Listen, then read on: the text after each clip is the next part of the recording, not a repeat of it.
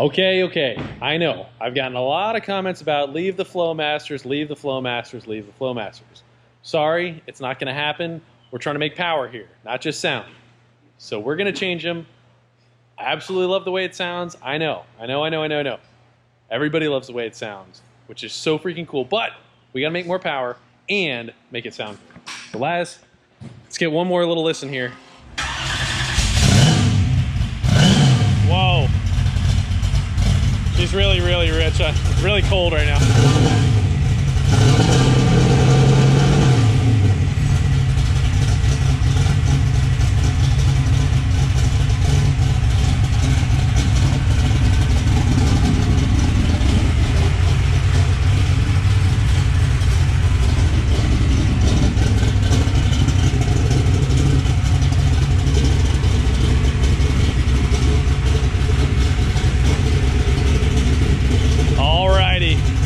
See what we got to do here.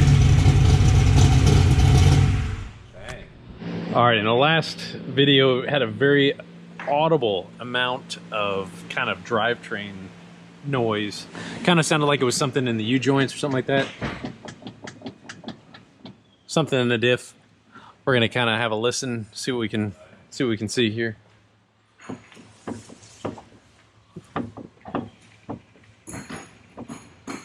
I have a few worn out parts. Yep. Might have a couple worn out things. That's definitely true. That definitely does not have the same amount of play that this side has at all. What's that? This was the noisy side. Seems like this one is. This one had like some grinding. I'm gonna patch this up for you with my bubble gum. We got our sound tester right here. All right, I want you to give me your girliest scream and then your manliest scream here. That's really quiet. No, come on, for real. That was real? Am I going the right way? No, I was really screaming into it. How'd that sound? Muffled. Really? It's really pretty muffled.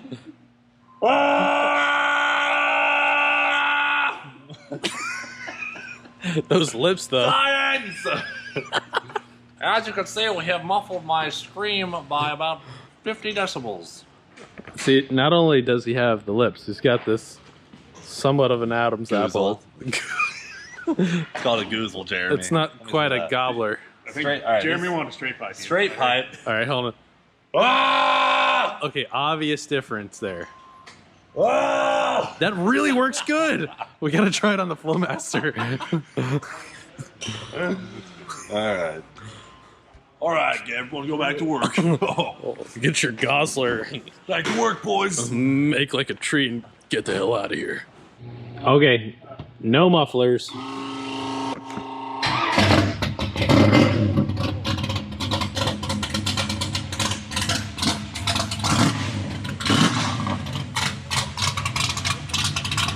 Wow.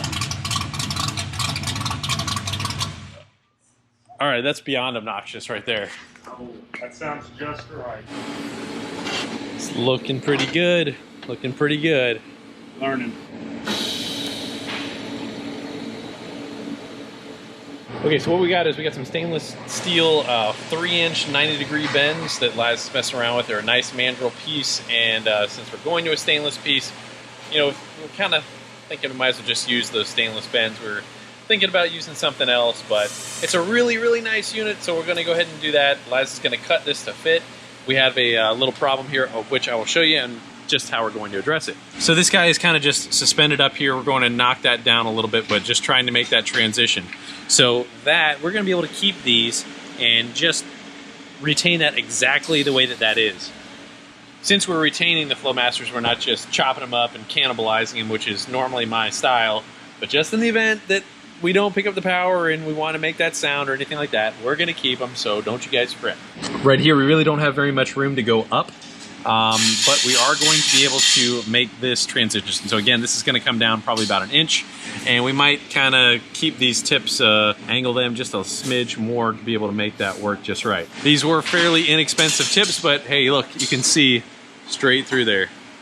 So these might not be the absolutely most expensive tips, but they are a very decently priced one. They weren't anything super crazy. I wanted something that was going to look good, but not be pretty crazy on price. Some of these can be light, and we should be saving a little bit of weight off those Flowmasters. So here's another thing that we could check here. You can kind of see it in the reflection of the different chambers of what it has to go through and how the airflow flows through and such. Not so much on here. This is straight through. One other thing that I'm a big fan of is doing kind of a diffuser, even if it's just for cleaning up the airflow. So from right here, if we make a big plastic panel here and kind of block all this out, hopefully we can kind of clean up the rear airflow. Doesn't act like a parachute underneath it. And hopefully it can mile an hour, maybe about 1 or 2 more mile an hour, because it's not acting like a parachute and dragging in the back. The rest of the underneath aero isn't absolutely fantastic, but it's really not that bad either. So we're going to try and clean it up as much as we can. And aerodynamics is a very big important thing. If you're only thinking of the top of the car, you're not thinking about the bottom, you're only half thinking about it. So, sorry about that. Sweet. I see what you're playing at. All right. Copy the same side. We're back in business. Oh, Lazzy, getting pretty good there. Came out pretty good. We got it exactly where we want it. Liza's finishing up the other one over there. It's about 1 in the morning. Really need to go home and get some rest. We're gonna finish this up and hopefully hear what this thing sounds like tomorrow morning. One thing I totally forgot to mention was that today was Christmas. Look at this. Would you just look at it? We got 2 turbos, we got some backup pistons, we got some overdrive crankshaft pulleys, we got a boost controller, we got a nitrous system. I got a feeling that something might just end up with some nitrous. All sorts of other goodies. We got even more goodies coming. So I wanted to say a very special thank you to Alex. He wanted to really be able to kind of hand down some blessings that he was given, because he really likes what we're doing with veterans and first responders. And he was like, if this helps you and you can get doing some more stuff and take more veterans out, absolutely do it. So I was like, heck yeah, man. We will find a home for these. We will make some more power with some crap and definitely take some more veterans out. So he was an EMT. I just tuned a car for him today that he had built that made 1,068 wheel horsepower in a late model Corvette. Freaking awesome. So again, thank you very much, Alex, for your contribution for what we're trying to do here. That is really, really cool.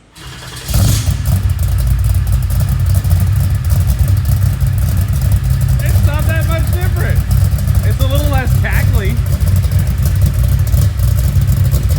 Heck yeah. Oh yeah, I like that better.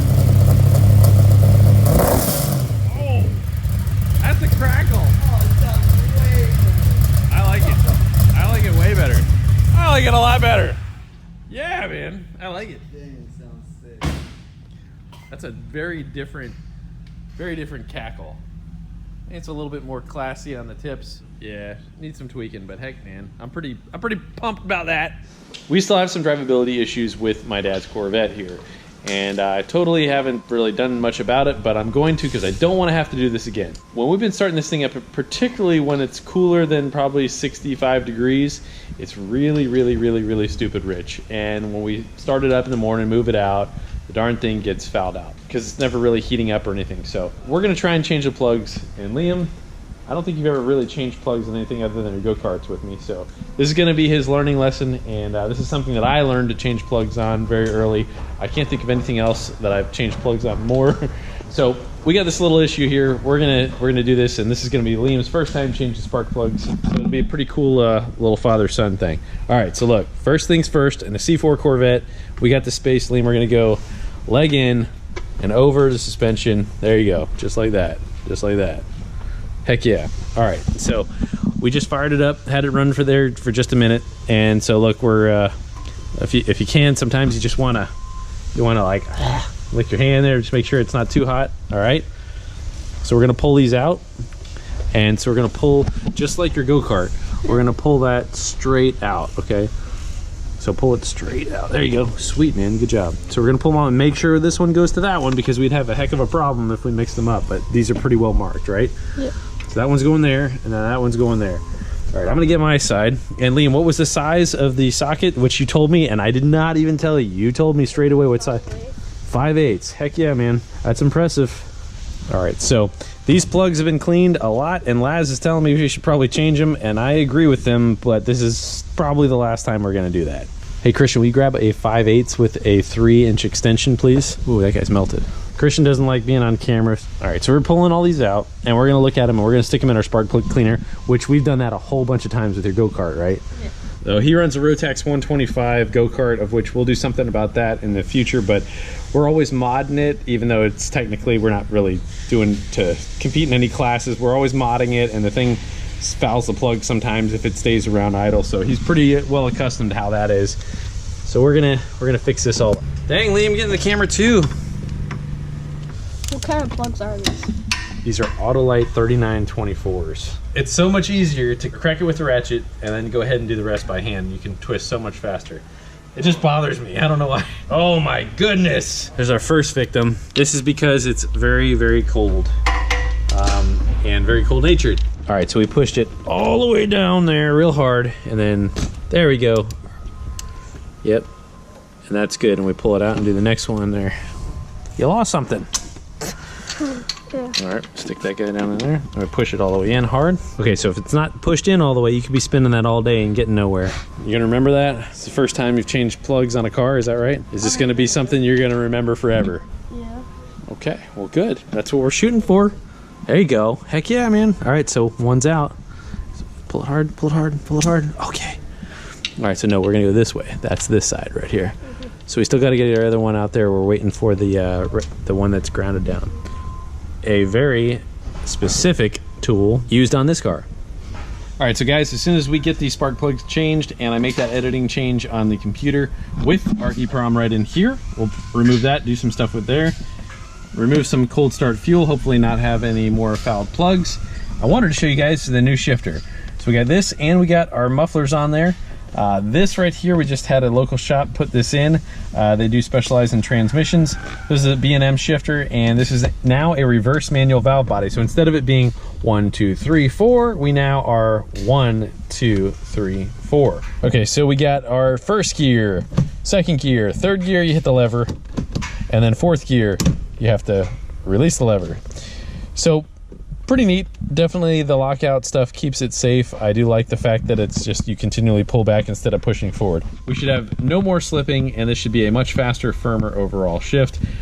Hopefully we got 680s coming at us in the 8th mile, and sometime very shortly we'll be able to come back down to the 1/4 mile. So the first thing I gotta say is I love the shirt. All about that. So guys, this is Tom Argue, and we had shown you that other, what was that, the what was that car called? 68 Camaro Piranha. Ah, the Piranha, that's right. So guys, we showed you the Piranha before, but this is a 70s Chevelle, and this is a car that was specifically built for SEMA.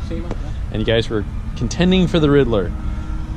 This got a lot of really, really neat stuff on it. So right there, LS9 power, and it's got a lot of very unique custom things. Anything you look at, and I would say time and time again, everything that you look at on all the detail work of what Tom does, everything is so freaking nice and tasteful. He's really got a good, keen attention to detail.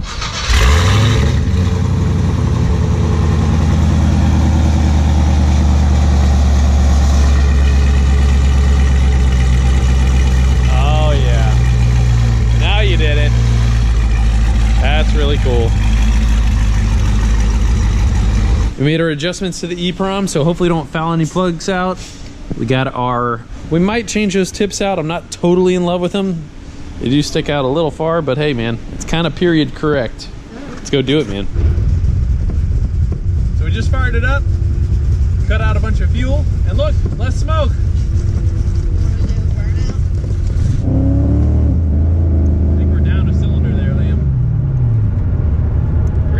We're gonna have to figure that out. And we didn't push all our boots back in right, so let's go.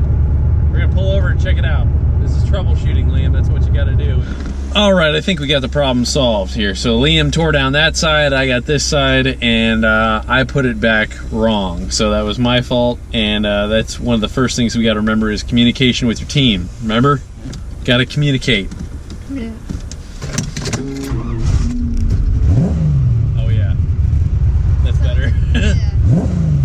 Yeah, that's nice. That's nice. Sounds way better than before.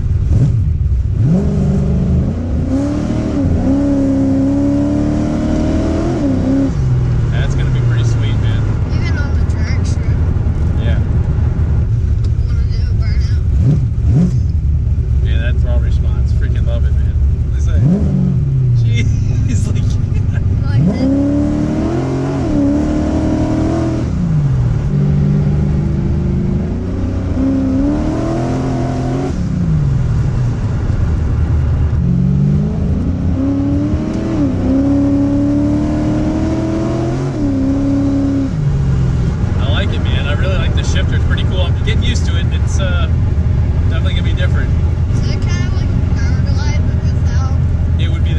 type of shifter, yeah.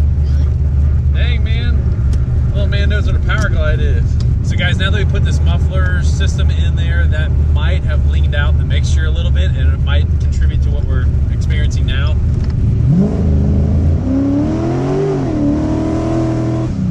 That's definitely a much better shift than what it was before. You want to do a big burnout? You're such an instigator.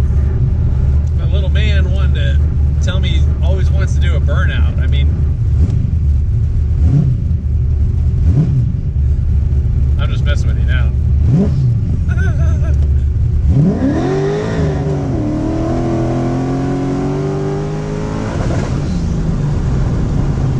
In the rev limiter.